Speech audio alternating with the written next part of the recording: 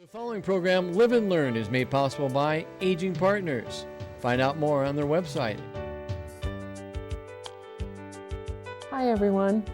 Food insecurity is an issue for all ages, but especially for older adults. Joining us today is Michaella Kumke, President and CEO of Food Bank of Lincoln. Stay tuned. Hello and welcome to Live and Learn. I'm your host, Jerry Renaud. We have a very special guest today. It is the play-by-play announcer of the Nebraska women's volleyball team, which has become a wonderful phenomena here in the state over the last 35 years.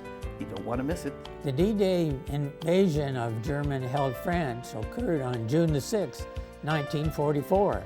It involved about 160,000 Allied troops, about 12,000 planes, and about 7,000 boats and ships. One of the flyers involved in D-Day was from right here in Bennett. Stay tuned to hear his story from his nephew. A beautiful new book, The Nebraska Sandhills, tells us about the geology of the Sandhills area, but also tells us about the economic and social structure of the Sandhills and the importance of the area to the rest of us in Nebraska. One of the editors of that book is my co-host on Live and Learn, Kim Hachiya. Stay tuned for an interesting discussion of this great book that I'm sure you will enjoy. This and more on today's Live and Learn. Hi everyone, I'm Julie Masters. It is such a pleasure to have today with us Michaella Kumke. Michaella is the President and CEO of the Food Bank of Lincoln. We are so grateful to have you here, Michaella. It's a pleasure. Thank you so Welcome. much. Yeah. Welcome. Yeah. I know that the Live and Learn viewers will gain much from this conversation, so thank you. Hope so. Thank you. Michaella, before we get too far into the interview, I think it's always good for our viewers to know a little bit about our guests. So would you be kind enough to tell us about your background, your education, and how did you get to the Food Bank of Lincoln? Yeah, you bet. Thank you. So I'm a Nebraska native, born and raised in Hastings, Nebraska, and came to the university where I earned my Bachelor of Journalism. And then it was just a matter of winding roads and fortunate relationships, I think, that ultimately landed me at the Food Bank and now as President and CEO for a little over 3 years. 3 years, wow, Yeah. what a wonderful accomplishment. Wow.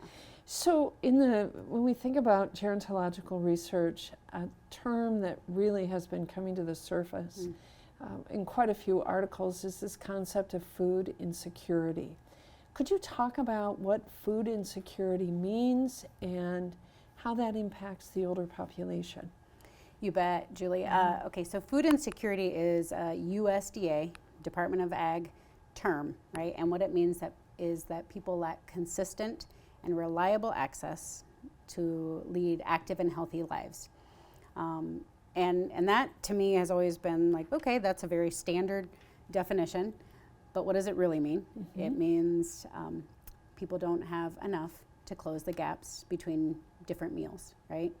And we have a saying at the food bank, it's very simply, people gotta eat. Yes, they do.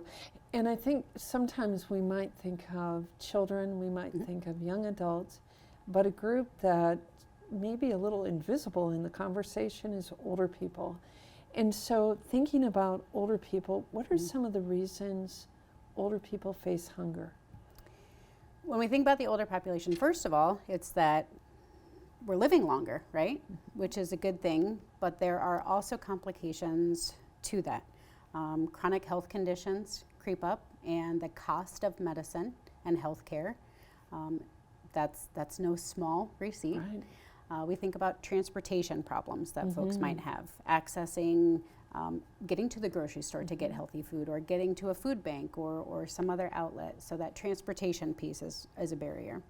We think about generations that are living together where grandparents may be taking care of grandchildren in their home and having enough of those resources to make ends meet, and simply living on a fixed income. I mean, we all do that to some degree. Right. But when you're no longer in the working world and your budget shrinks a bit, that takes a toll in a different way. And so I think the combination of all of those factors is why we're seeing an increase in food insecurity among older Americans, which I would describe, according to Feeding America, as 50 to 59, and then 60 plus the senior population. So it would seem too the last couple of years, just in terms of the cost of food, the cost of fuel, Yeah, all absolutely. those things have probably made it much more difficult for people to be able to eat. Of all ages, you're exactly right. And so Right. anybody who was affected previously is feeling an even greater pinch, right? I mean, that's what happens, that as the economy changes and there are a number of different factors that play into that, anybody who is already feeling squeezed gets squeezed a little bit more. And that's where we have seen need grow among our work, and it's why the food bank remains committed to making sure that everybody has equitable access to enough healthy food and comforting food to live their best lives. You know, it's one of those things, thank goodness that the area agencies on aging exist to Yeah. be able to support people as they age, certainly Aging Partners and the others across Nebraska. But thank goodness that food banks exist and have existed so that during a time of economic downturn, you're already there. So on my drive back and forth between Omaha and Lincoln, I'm one of those commuters. Yeah. I mentioned to you that I see the Heartland Food Bank semi. Yes. So how are you connected to that particular organization? How does it support you and the good work that you're doing? You bet. So Food Bank for the Heartland is based in Omaha. Food Bank of Lincoln, based in Lincoln. And together, we are both members of the Feeding America National Network. There are 200 member food banks of Feeding America and about 60,000 food pantries and partners that also connect to that network. And so together, Food Bank for the Heartland and Food Bank of Lincoln, we serve all 93 counties in Nebraska. We serve 16 counties in southeast Nebraska, and anybody who does the quick math, that means that Food Bank for the Heartland serves 77 counties in Nebraska and actually 16 in western Iowa. So we're able to do this because of a strong partnership and because of the collaboration that as peers that we work together in a number of areas: food sourcing, advocacy, data collecting, information sharing, and so they are a sibling to us. They're And a good sibling. You know, I have a lot of siblings, and they are good, but Yeah, yeah, right. a good sibling relationship. Yeah. Well, and when you say about the 93 counties in Nebraska, and particularly people in rural areas, Yes. just like older people can be somewhat invisible, so can people living in rural communities and their hunger needs. Absolutely, and we have a program called Hometown Fresh that we launched a couple of years ago now that is specific to taking care of seniors in rural communities. Because we know that you know, one of the other factors, we talked about transportation, we talked about medical conditions, social isolation is another major factor related to that compounds food insecurity, right? And our mental health and well-being. And so this program goes into the rural communities in our service area, specifically with the mindset of supporting seniors in those communities because they want to stay in their communities. That's right, they and do. and they've been contributors, and so through our work we're able to see, salute, and support that population.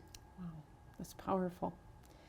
Michaella, you just had a successful conclusion to Hunger Action Month. Yeah. And first of all, I don't know if congratulations is the best word to use, but certainly just such an important time to make people aware. Yeah. What were some of the notable activities that took place during Hunger Action Month and the involvement of your organization? Yeah. So Hunger Action Month, first of all, takes place every September. And it's one of those things as part of the Feeding America Network where we all work together across the country to elevate awareness about hunger across every population. And it's a time to really lift up that message. And I would say at our food bank, some of the things that I'm most proud of would be the way that we bring people together to advocate and educate on the topic. We light up the Capitol over a weekend to bring in the color orange. Orange is the color of hunger awareness. And so, it's got a nice shade of orange there. And kind of a Tennessee orange, but no, Julie, we don't. It has happened on some, football weekends when we're playing an opponent that's orange. We always think, oh man. But hunger is really important, and that's so right. it's worth highlighting, literally. Between that and activities like Dine Out to Help Out, where we engage restaurant partners and retail partners, they kick in and really support our work by providing 10% of their day's proceeds, which is generous. Absolutely, the restaurant business is a difficult one, and I am never, cease to be amazed by the generosity of those partners, because they understand what a good meal can do for somebody. So. Hunger Action Month is really just a time for us to get organized as we go into the holiday season, because between temperature changes, folks kind of closing in, because that's what winter does for us. It's time for us to bring added awareness to the cause. Absolutely. Yeah. Michaella, in terms of your work, what has surprised you about hunger in Lincoln? Yeah. I think back, I've been with the food bank now for almost 10 years, and I think back to one of my very first experiences in a rural community of our service area, and I think about standing in a line alongside neighbors to hear their stories. And what surprised me then was the senior population in line. It snapped me right to thinking about a dear great uncle of mine, who was a veteran. And as I looked at the faces in that line, I saw veterans, and I saw people who had worked really hard their whole life. Right. And so what I think surprises me is that you can do everything right, in air quotes, to live and engage in your life, and still need resources.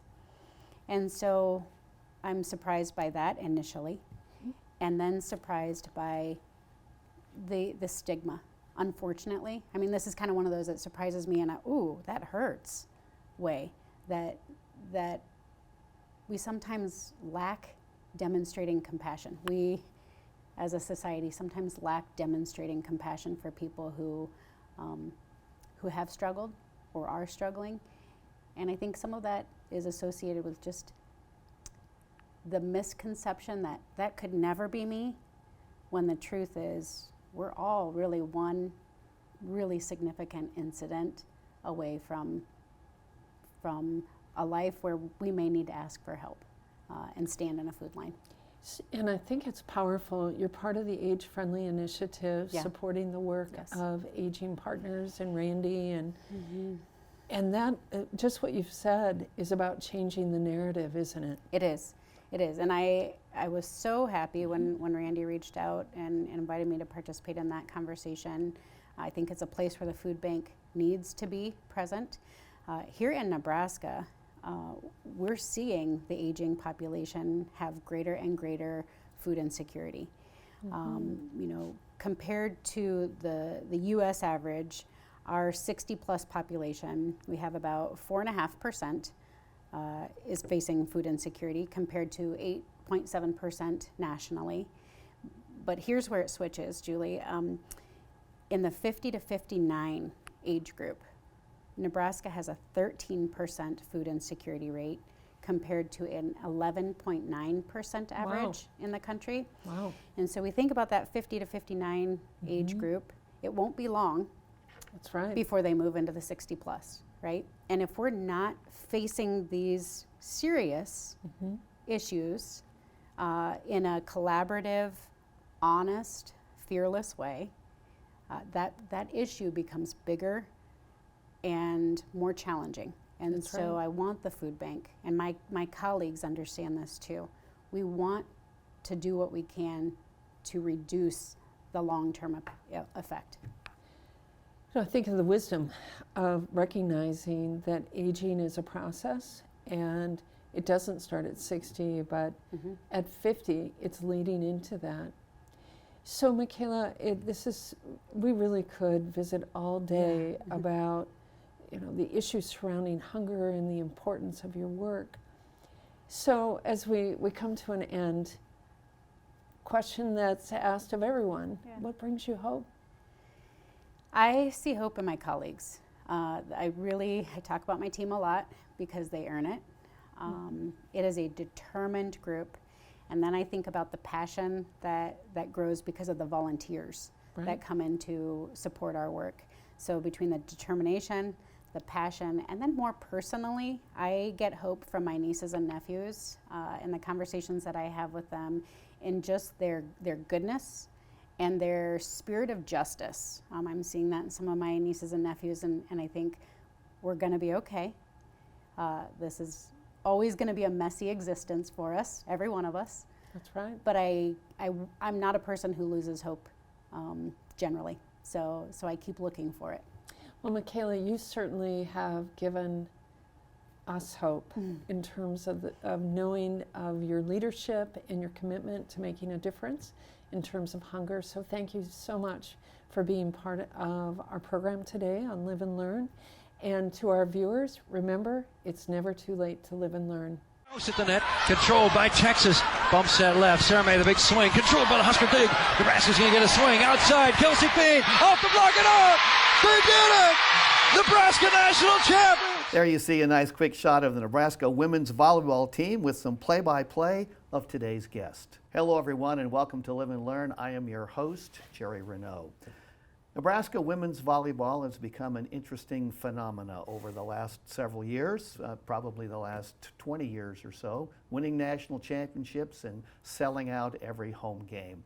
We thought it would be fun to talk to the man who has helped with that process, bit of a phenomenon himself. He is the play-by-play announcer for Nebraska women's volleyball, John Baylor. John, thanks for stopping by today. Absolutely, this is fun. I have 1,000 questions, but I thought, first of all, maybe we should start. People listen to you all the time. How much do they know about you is a good question. I feel like it's blazing saddles here. What is a fine, young, suave, debonair California man who also worked in finance in New York, went to Stanford University, ends up here in good old Lincoln, Nebraska? Well, I grew up here. My dad is here. My grandfather settled here after going to Grinnell College in Michigan Law School and started his own law firm. So I grew up here. My parents were divorced when I was 4 years old. So I grew up in Boston and Lincoln myself, and then ultimately went to Stanford University, worked a little bit in banking in New York, and then tried to be an actor in Los Angeles. You can see how that worked out. And decided in my mid-20s, I want to chase this thing called sportscasting. I kind of grew up thinking you weren't necessarily supposed to go after a career that you conceivably could love. And so you're supposed to be a lawyer or a doctor or something like that. And if I'm going to go be a sportscaster, why not do it in one of my hometowns in Lincoln, Nebraska? And so I was offered a job and moved back in October of 1993 and made the exorbitant sum of $1,200 a month and $75 a game. And that's how it all started in 1994. The then athletic director, fabulous athletic director, Bill Byrne, asked our station to not only take on football, men's and women's basketball, and baseball, which we had been producing, but add this fifth sport, volleyball, which is the only sport to that point we hadn't been producing at KLA and radio. And that's how it all started. My boss, Jim Rose, at the time, sports director, said, well, if that's going to happen, it's going to have to be John Baylor. And Terry Pettit understandably said, John Baylor, who's that? And took a fair amount of persuasion to finally allow him to let me give this a try, and wasn't sure it was going to last 3 weeks, not to mention 31 years. That's a really interesting scenario. I mean, what was your thought process when they came to you and said, gee, we want you to do volleyball? Now, you had done a little bit of play-by-play for volleyball in California, as I understand. Yeah. So you at least had some experience. Yeah, a little bit's kind of an exaggeration, but I did a couple Cal State Dominguez Hills games. I don't want to make anyone jealous, but I used to be the voice of Cal State Dominguez Hills on Continental Cablevision TV in Carson, California. And I called a couple of those games. I think Jim maybe have embellished a little bit and suggested when I was at Stanford as an undergrad, I called some Stanford volleyball matches. I certainly called some baseball games at Stanford, but I don't remember calling volleyball, and some women's basketball, but I don't remember calling volleyball. I may have. Anyway, I was green, and I wasn't particularly good. But what was my emotion? Excitement. I remember telling my general manager at the time, Lisa Warner at KLA, and there's just something about being able to say Nebraska Cornhuskers and the Huskers. I don't care what the sport is. I mean, having grown up here and going to the Coliseum, I remember watching Jerry Fort played basketball as a kid for the Huskers. I remember watching the Husker men at the Coliseum, such a great basketball arena, take on South Carolina, and Alex English and Mike Dunleavy were on that team. And Alex English missed a shot from the corner. I was like 7 years old, and he missed a shot from the corner, and the Huskers won that day. So that was in my blood. I mean, anyone grows up in Nebraska, especially Lincoln, it's in your DNA. Yeah. And to have a chance to call any sport was such a big deal. So that kind of slowed me down. I had anticipated that I was going to come to Lincoln, stay a year or so. I had some family reasons to be here, and then I thought that my brother was here and I wanted to be with him, and so I was going to be here a couple of years and get him, and the two of us were going to go on to bigger markets and all those, normal conventional paths for aspiring broadcasters. Well, you get Husker volleyball, and you suddenly pause and you say, hold everything, this is something special. Yeah, and do you remember the first game that you did? I mean, I do. Did you go, whoa, this is fast, this is tough? Oh, I remember I was certainly beyond my skills. Ambition over ability, for sure. It was at Purdue, their old gym, and all I kept saying is, we're on the banks of the Wabash River. And I don't know why I thought it was such a special, it's of such importance to announce geographically the nearest body of water. But it seemed like, but we played at Baylor, we were on the banks of the, I can't remember the name. Anyway, I don't give that that was gone. information. But I remember also that when I first started, everything was counted. Like outside set to Weston, count it. So there's a lot of counting going on. Anyway, I've evolved over time. Yeah, as has the sport. I mean, you've been doing it for just a little over 30 years now, which is pretty incredible. I want to say I started in middle school, but that would not be true. How did you develop this concept of how you're doing the play-by-play? Because you make it very exciting, and it's fun to listen, but it's fast. And it's gotten faster over the 30 years. How do you decide what you're going to call and how you're going to do that? Does it just come instinctively? It's evolved, and I'd say 90% of the time it's instinctive, and suddenly things stick. And as you try anything that's new, first of all, you're going to be slow and you're not going to be very good. So with repetition, you get a little bit better, you develop your own style. But I've always made a point in sportscasting not to listen to other people. I don't want others to say, you sound a lot like, or you remind me of. Yeah. So I think that's something that I'm sort of known for better or for worse, that I don't particularly sound much like anyone else. Now, did I listen to some sportscasting as a kid? Some, not a ton. We didn't have a TV, basically, when I was a kid that worked. I used to listen to a little bit of Monday Night Football, Hank Stram and Jack Buck at night when I was going to sleep. And in Boston, I'd listen a little bit of Red Sox. But I was a kid playing. I didn't stop and listen. It wasn't ever something, again, that as a youngster I thought was even feasible. Like, it was just this dream world. How do you get to be a sportscaster? And it was only in my 20s when I was just kind of searching, very much searching, that I thought, wow, I can give this a shot. Why not? What do I got to lose? I mean, my college loans are paid off. I mean, I don't have any kids and healthy. I mean, if I don't chase a few dreams, how can I expect anyone else to? Sure. So it never was an imitation. I've never tried to imitate because I don't really know what other people are up to. I remember when I started, some people occasionally would say, boy, you do a nice job. And I would say, how would you know? I mean, because no one was doing it to my knowledge. Over time, I realized that some of the truisms of sportscasting on the radio certainly apply to volleyball. For example, you got to be geographically faithful.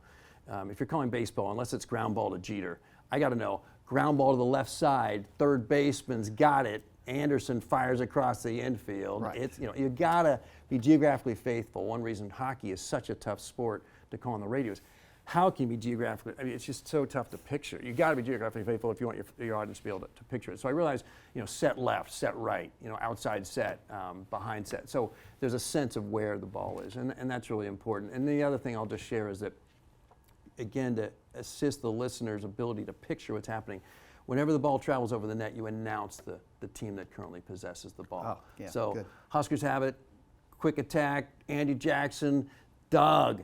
Now Arizona State, set to the outside, flips over the net, Lexi's got it, here come the Huskers. So it's always repeating every time the ball travels over the net, who's got the ball. Yeah, where do you find that balance? And some of your color announcers, analysts, I mean, they know the game so well, so they're talking, well, that was in zone 5, or, one of those things you go, well, I'm not Yeah, sure our audience really knows. Yeah. You see John Cook with his clipboard on TV sometimes putting his Yeah. number 5 zone. That must Yeah, be where the sure. serve is going. So Sure. how do you find that balance? I'm always asking. I'm saying, just for those of us who are a little new to this ball game, can you give us a quick translation? Exactly.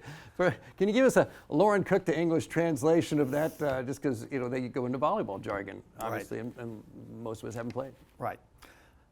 Let's talk about volleyball itself, because it just seems it has gone through an incredible transition in that 30 years, 31, whatever it is that you've been doing this. Where do you see how this has played out to become this game where the athletes had to go set up chairs on the floor for the audience, to the sellout, and being able to put 92,000 people into Memorial Stadium? Yeah. Well, Jerry, I arrived 31 years ago, not 41 years ago. So I kind of arrived after the sellout started at Coliseum in the late 80s, is my understanding, about 80 and 9. I got here in 94. So that was literally part of the past. And I'll tell you, I just saw the other night on the Big Ten Network a Nebraska match from 2012 against UCLA. It jam-packed. I mean, the play looked similar to today. The environment looked similar to today. So from a Nebraska vantage point, not a ton has changed. But the players are national figures now. They're even bigger celebrities locally. I mean, they can't go to a Target without being stopped and asked for photos. So the phenomenon is larger than ever. The fan base is larger than ever. But as far as the environment within the arena, the Coliseum was always full. The Devaney has always been full. So if you just have my vantage point, this box seat is the greatest show ever on Terraflex. It doesn't seem a lot different. But it's the peripheral stuff. It's the getting off the airplane and there are people there to visit, to greet you. It's the getting off the bus on the road and there are all these Husker fans and they're chanting and there's cameras and interviews. So that's noticeable. But as far as the rest of volleyball, where you've got full houses in Wisconsin, you've got near full houses in Penn State, you've got TV everywhere now, you've got national broadcasts on network television, regular season for the first time ever, Louisville and Nebraska this year. That is remarkable, and I think it's been a long time coming, and it should have started sooner. And we've had, as a sport, some disadvantages. One, there's no comparable sport. So you had all these men making decisions about what to promote. Well, they understand basketball, they'll promote women's basketball. Right. And they understand baseball, so they'll promote softball. And so it's this kind of nuanced sport that it doesn't have the national following or understanding. So a lot of these men historically have been making the decisions, didn't think of it as seriously, when you look at the resources they devoted to it, as some of these other sports. But we're catching up. Right. Now, they've made a few changes in the rules to try to, I think, get the games a little shorter, to get into that 2-hour time frame. They're still struggling with that because the teams are so good, and there's lots of good teams out there that are going 4 and 5 sets and lots of long rallies. Do you see anything else coming down the pike that anybody's talking about, and just in terms of the changes in the game? Yeah, we're going to get to electronic. We're going to get like the Bolt 6 television system to get verdicts on close calls. That really hastens the pace of play. Yeah, I saw that in the Pro Volleyball Federation. That's coming. Yes, I like that a lot. Is there anything that can be done about the touches? The Bolt 6 system, it's crystal clear. You get decisions on average within 34 seconds. Wow. And in the NCAA, last I heard, I think the average green card takes 3 minutes and 45 seconds. Maybe it's about 4 minutes. So big difference. Yeah.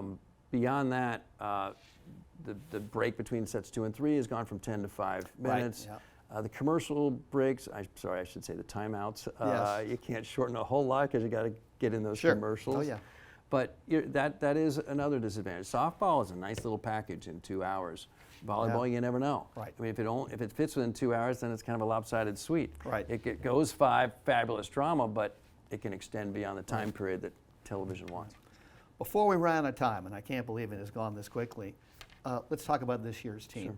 Sure. We're taping this in September, so they're watching this in October.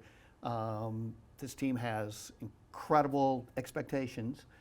You have seen them at their worst, and you've seen them at their best so far. Any predictions? Well, SMU did us a favor. Oh, okay. That 3-set loss has changed this team. They are now approaching their potential. Before then, so many distractions. The ESPN documentary, the off-court issues, all of the celebrating of this team, all the attention of last year, the way last year ended against Texas, just so much emotional baggage floating. And that game had a way of crystallizing, humbling, genuine humbling, has a way of focusing the mind. And now they're seemingly much more motivated than ever. They're listening much more closely, and they are a different team. Bergen's playing a lot better. Merritt's playing a lot better, although she may have had some health issues back in August. It's the team we all expected. It's a long journey. You never know. You never want to peak in September, but they're playing awfully well right now. Wonderful. One more question that I'm sure you never get asked. Can you help me get some tickets down to the game? I think my popularity, whatever it may be, is correlated to the idea that I can help people get tickets. Gotcha. It's remarkable. It's much easier for me to get football tickets than it is for volleyball tickets. Who would have ever thought? John, thank you so much. Great It's to see been you, Jerry. great fun. Come back and see us again. Anytime. Thank you. And thanks to all of you for tuning in. I'm your host, Jerry Renaud. Remember to stay safe, stay healthy, and remember it's never too late to live and learn. I was doing some shopping and got a pop-up on my laptop. Computer had a virus.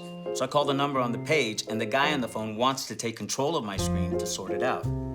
Then I remember a tip I got from the AARP Fraud Watch Network. Control my screen. This is a tech support scam. Thankfully, my order still went through. Recognize fraud sooner so your money lives longer. The younger you are, the more you need AARP. Welcome to Live and Learn. June the 6th of this year was the 80th anniversary of D-Day. This summer I had the chance to visit some of the places where D-Day took place. And recently I learned that there was one person in our area who actually participated in D-Day. It was Wayne Ehlers, who grew up in Bennett. I'm Doug Jose, and it's a pleasure to have as my guest today Don Ehlers, his nephew, and welcome to the program, Don. Thank you. Wayne was your uncle, and you both grew up in Bennett area on the same farm? Yes. The farm was established in 1881, and we're in our 143rd year now of family ownership. So yeah, we've same farm, same location. And tell us a little bit about your uncle and how he got into the Air Force, and maybe some of the background and his experiences before D-Day happened. Well, I would say he's just a typical farm boy until, just growing up, and they grew up through the 30s, the drought years also, but he went to the University of Nebraska and graduated about 1942, I'm unsure of what year. At about the time the young men were joining service. So he went into the service, the Air Corps, which was part of the Army at that time, and went through their training and became a navigator. So his training was on this side of the ocean, and then he went to England? Yes, he went to England on, he was ordered there, that was his orders, but we kind of feel it's probably the two places he could have gone, either to the Pacific or to the European theater, and he ended up in England then with on one of the many air bases there. Now, there were about 12,000 planes that took place on D-Day, which is a tremendous feat to get that many planes working together. But what was his role, and what was his experience there? Okay, well, he wrote this story, which he shared with the family many years after the experience. But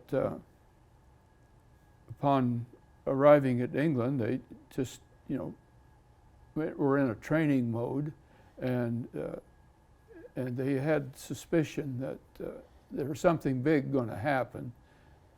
That was probably no secret that eventually the Allies were going to invade somewhere to move Germany back into their own country. So, so that's what he did there, and as a navigator, I suppose, just became familiar with the work that they had to do. They put together crews, and he was part of a 9-man crew on a B-17 Flying Fortress, and they all had their jobs, and that's what they did. At that time, that was one of the larger bomber planes that was used? Yes, I believe it was. I believe the only plane, could be wrong on this, the B-29, of course, eventually surpassed it, but the B-17 Flying Fortress was the main heavy bomber that the Air Force or Army Air Corps had at that time. Now, one thing I found interesting about the article, this was actually his first mission. That's true, yes. In fact, in that, in his squadron, there were 4 new groups that had never flown, and the new group always, they called them tail end Charlie, which mean they were always at the end of the formation. But since there were 4 new ones, they took turns, and in this particular time, they were right behind the lead, I guess, at that point. And it wasn't only the fact that it was his first mission, but then they had a second flight that same day. Yes, the first mission, he writes about from 14,000 feet being able to look down through the openings in the clouds. It was very cloudy, a lot of cloud, the sky was overcast on June 6th, but there were openings and they could see the ships and all the boats and whatever, just about anything that would float was used to ferry troops to the coast of France there. So they could look down and see those, and then their first run was to kind of loosen up the Germans a little bit and make it safer for the ground troops to come in. So I don't know whether they surprised the Germans or not, but they were not fired upon or met by any fighters on the first run. So they took them about 5 hours, and they got back to their base in England, and then they prepared for the second run, which was a little farther into France. Okay. And the second run they encountered a little flak, but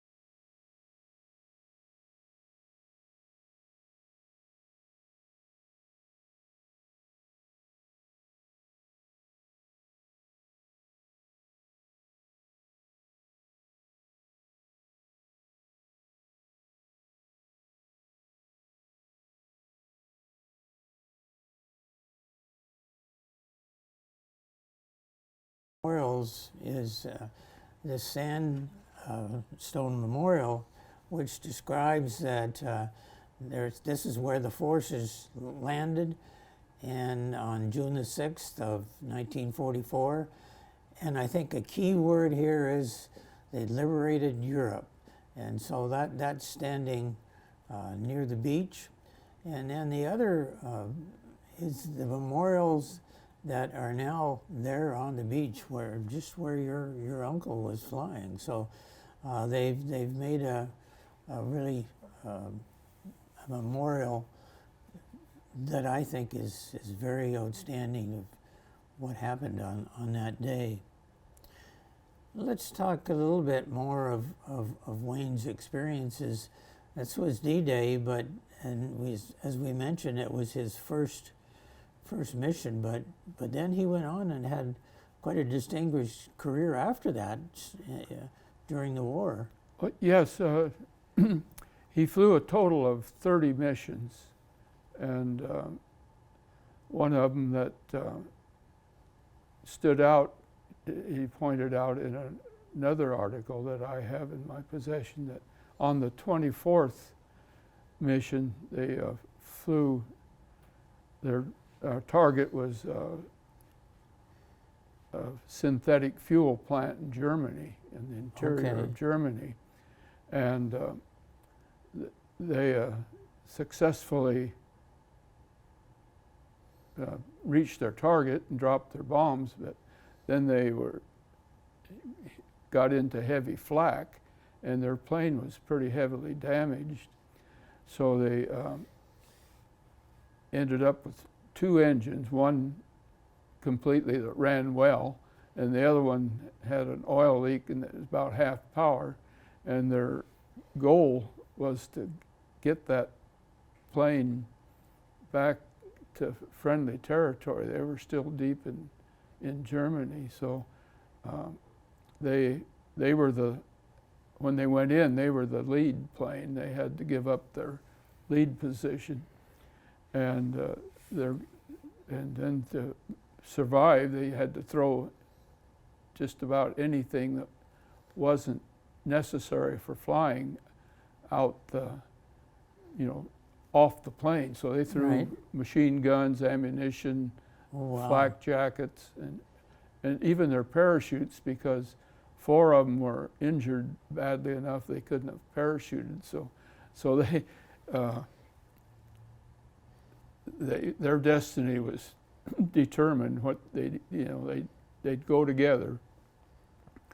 Well, they just made it across the line. Belgium had just been liberated, and they got in friendly and the last engine failed, and they had to make a landing in a pasture, a crash landing. But the plane stayed intact, and the crash injured nobody. So it's amazing. They made a belly landing, and nobody was hurt. They were hurt, but not from the crash. Yes. Oh, okay. Because 4 of them were hospitalized after that, but not from the crash. They were injured before.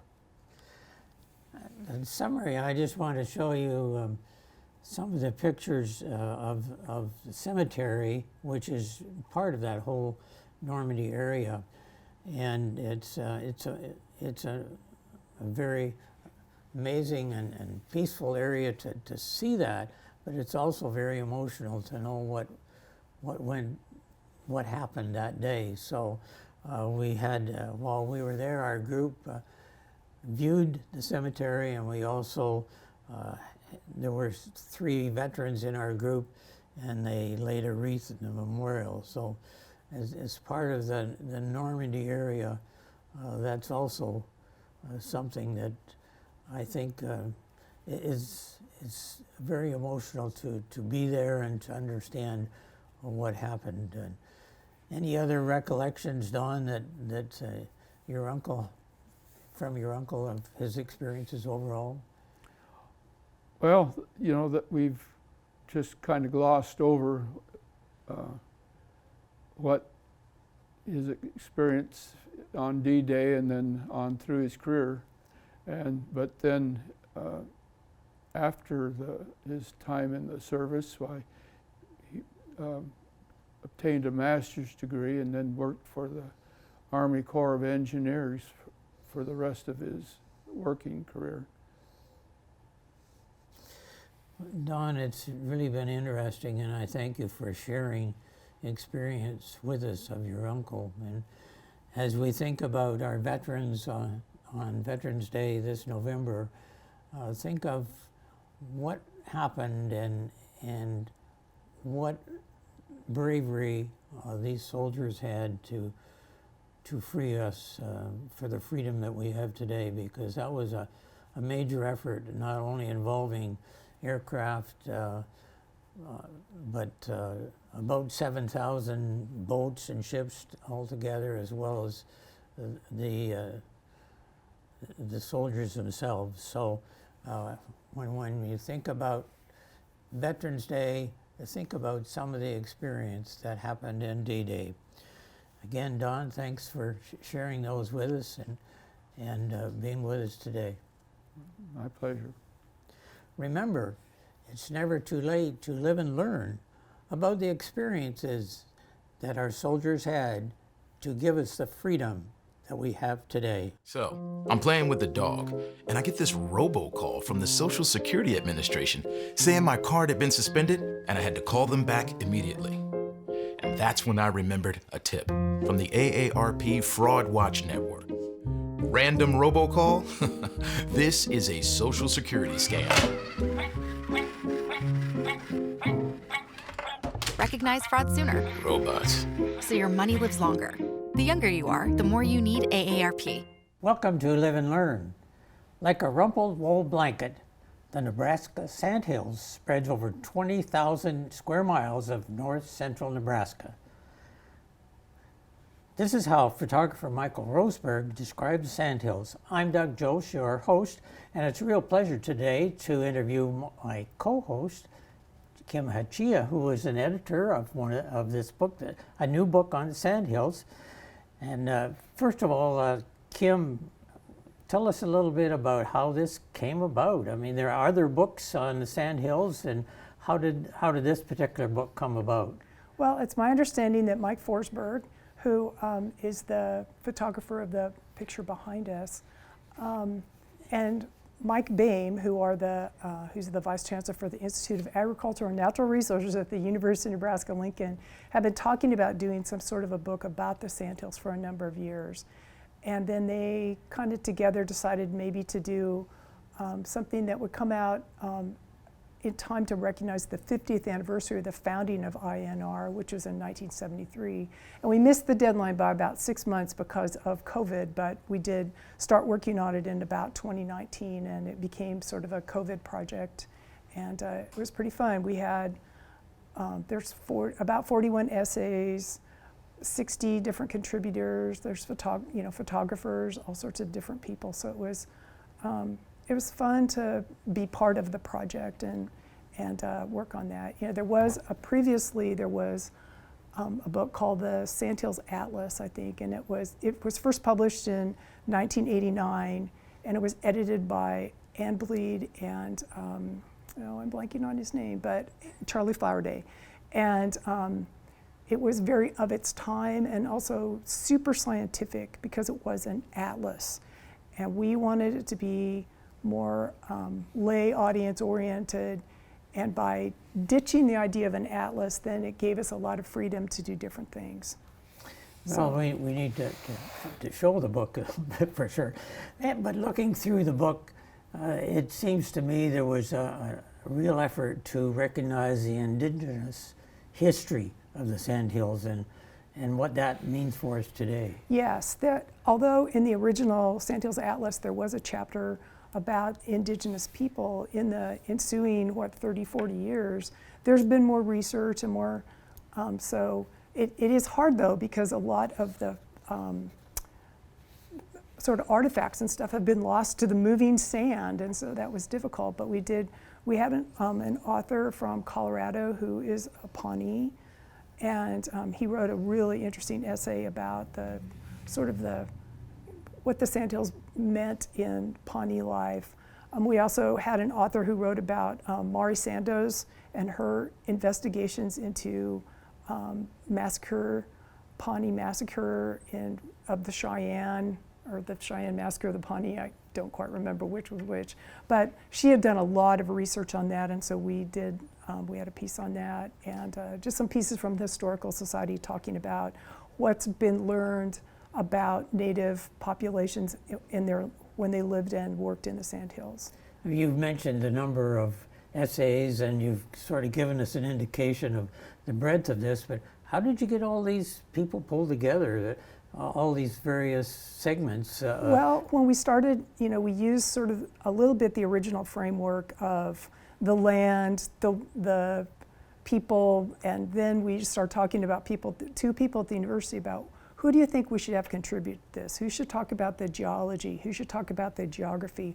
Who should talk about the history? So we got a lot of input from, you know, people recommending people at the university, but we also have not only faculty and researchers from UNL, but people from UNK, people from Creighton, people from the National Park Service. What I think is the most different, and also Game and Parks, a lot of contributors from Game and Parks, but what I think is the most important or interesting is that we have people who live and work in the Sandhills contributed to the book. So, and they have a, you know, they live there. They have a true love for the land, and they understand the stewardship of it and why it's important. And so by having somebody like Sarah Sordum, who lives there, write about daily life. And there was a woman who, she works for Extension, but she lives in the Sandhills, and she talked about a year that they had bad flooding and how that contributes to how they live their lives out there. So, so that was important, you know, to have. I think having those voices differentiates this book from previous editions or other books that other people have written about the Sandhills. Yeah, in the opening, I mentioned how large the Sandhills area is, and we hear a lot about the Ogallala Aquifer. Give us a little brief history of the Sandhills in terms of the geology of it. Okay, well, I am not a content expert. No, I understand that, but just to sort of set the stage here. Well, it's my understanding that, you know, like 65 million years ago, that what is now Nebraska and all of the Great Plains was was an ocean. Right. And so a lot of that sand sort of got deposited at the bottom of the ocean, and then, but a lot of it also is erosive sand from the Rocky Mountains, and it's all been washed down. And the reason the sand is there, or the grass, and the grass is key because the grass is what holds these stabilizes the dunes. And because of what's now the Platte River, because it was running through there then, and it was wet, then the grass seed would blow up and then onto the sand and then root. And so it's the roots that stabilize it. But there is evidence that as recently as 10,000 years ago, those were moving dunes, and it was like the Sahara. And so that's kind of, you know, and that's what's important about, if we want to keep the Sandhills grassy, you know, we need to not disturb the sand. Which leads me to the next question. 90% of the population in Nebraska don't live in the Sandhills. So why is it important that all of us understand the ecology and the sustainability of the Sandhills? Well, part of it is because the Sandhills really does support one of our major industries, which is beef and cattle. And so there's a lot of ranchers out there that do, you know, raise, it's cow-calf operations. They raise the cattle that end up in feedlots in other parts of it. So that is really critical. The other thing is that people in Lincoln and Omaha and downstream don't realize this, but we get our water from the Sandhills because the river system out there, which is the Loop and the Niobrara and some of them, the loops, the three loops, the confluence with the Platte is at Columbus. And we draw our water at Ashland, and so that's where that Platte water comes from. A lot of the Platte water comes from the Rocky area, the Colorado, Wyoming area, but a lot of that gets siphoned out for agriculture and other purposes. So really, we are drinking Sandhills water. Yeah, I think that's important for us to understand. Yeah. How this connects with our water system. Yes, in eastern part of the state. It is, and the other thing is, it's just we need to think about valuing, I don't want to say empty spaces, but wild spaces. There's 20,000 square miles and very little population, and so you can drive for miles out there and see no one. But it supports a lot of interesting wildlife. It supports our weather, kind of starts out there and moves through. And I think as our population grows, the fact that we have this, wild, isolated space is important. And it's 4 hours away. You can get to Oshkosh, Nebraska in 4.5, 5 hours, and you can walk out into the prairie, and it's beautiful. You've highlighted some of the unique flora and fauna in Sandhills, and in the labels you have a list of contributors, and I found it interesting the titles you put on those groups. How did you come up with those ideas? Oh, you mean the people that were funders? Right. Yeah. Well, we came up with those names just to be sort of different. Like if you were a major donor, you got to be a Blanding's turtle level donor, I think it was, or trumpeter swan. But these are animals that are found in the Sandhills. And probably not in the rest of part of the state. Exactly. And Blanding's turtles in particular, which are called smileys, sort of colloquially, they are endangered in most of their range. They used to be wider spread across the United States. Now there's some places you can't find them, but they're still in the Sandhills and they're thriving in the Sandhills. And so we chose those names. Typically they would be your platinum, gold, and silver and bronze donors, but we gave them funnier names like that just because people that are going to want to be part of this book maybe would be like a Blanding's turtle level donor. So that was kind of just a little whim of ours. We've talked about the importance of understanding the ecology in terms of water and so on, but are there 2 or 3 other points that the editors would like us to learn from looking at this book? Well, we knew the book wasn't going to be encyclopedic. It's not going to have, it's not everything you ever needed to know about the Sandhills is not in the book. So what we were hoping for was to just maybe whet people's curiosity. And we do have a thing in the book about other places to look. And so we did that. We also had quite a few people talk about the future of the Sandhills and what people are going to have to do, thinking about how to conserve it, how to, this picture right now is of Sarasota, and this is their Schweitzer Ranch. It's up by Burwell. They, one of the things they do on their ranch is they do ecotourism. So you can go out to their ranch in the spring and watch prairie chickens on a lek. And so it's people being very creative about how they are going to go in the future. It's a very fragile landscape. Mm-hmm. Nebraska's tax situation is causing lots of significant problems for people that ranch out there and own lots and lots of land. The depopulation is a problem because there's fewer people to pay for things, but it's still an important part of Nebraska, and a part of Nebraska we should be proud of because it's very, very unique. What sticks with you in terms of, as a co-editor, what are you most proud about in being involved in this book? Mike Forsberg likes to talk about how part of the reason that you do a book is because a book has permanence and gravitas. There is going to launch in a couple of weeks a website that the INR is putting together that basically puts the content on the web. And people said to us, why didn't you just do a web page? And which a web page is great, and it does offer wide access. But there was something special about the gravitas of a book. It's meaningful. Mike likes to talk about the community that's developed when you work on a book with a bunch of different people. And we have, many of the authors I've never met. I only know them through their email. But we had email conversations, and so that was, from a personal standpoint, that was fun. Just developing that. We started working on this right as COVID started, and so we all got really good at Zoom. And most of our meetings, we had weekly meetings on Zoom, and we got really good at it. And which is hilarious in and of itself. But you know, it was a very university project. The press was our publisher. Our designers from the College of Fine and Performing Arts. We had people from all over the university that worked on it. So that was gratifying too.